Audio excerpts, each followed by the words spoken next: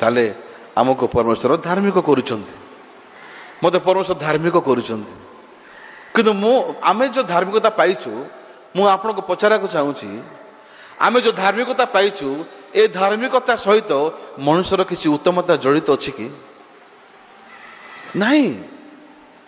ଏ ଧାର୍ମିକତାକୁ ମଣିଷର ଉତ୍ତମତା ଆଉ ଟିକେ ଅଧିକ ଧାର୍ମିକ ବନେଇ ପାରିବ କି? ନାଇଁ ନା। ଯଦି ମଣିଷର ଉତ୍ତମତା ଈଶ୍ୱର ଦେଇଥିବା ଧାର୍ମିକତାକୁ ଯଦି କିଛି ଜଡ଼ିତ ନାହିଁ, ତାହେଲେ ମଣିଷର ମନ୍ଦ ବିଷୟ ଗୁଡାକ ମଧ୍ୟ କଣ ଈଶ୍ୱରଙ୍କ ଧାର୍ମିକତାକୁ ମଇଳା କରିପାରିବ? ଯଦି ମଣିଷର ମନ୍ଦତା ଯଦି ଈଶ୍ୱରଙ୍କର ଧାର୍ମିକତାକୁ ଯଦି ମଇଳା କରିପାରୁଛି, ତାହେଲେ ତାର ଅନ୍ୟ ଅର୍ଥ ଆମେ କହିପାରିବା ଯେ ଈଶ୍ୱରଙ୍କ ଧାର୍ମିକତା ଠାରୁ ଅଧିକ ଶକ୍ତି ହେଉଛି ମଣିଷର ମନ୍ଦ।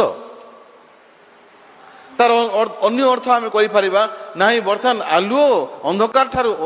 ଆଲୁଅ ଠାରୁ ଅନ୍ଧକାର ଅଧିକ ଶକ୍ତିଶାଳୀ।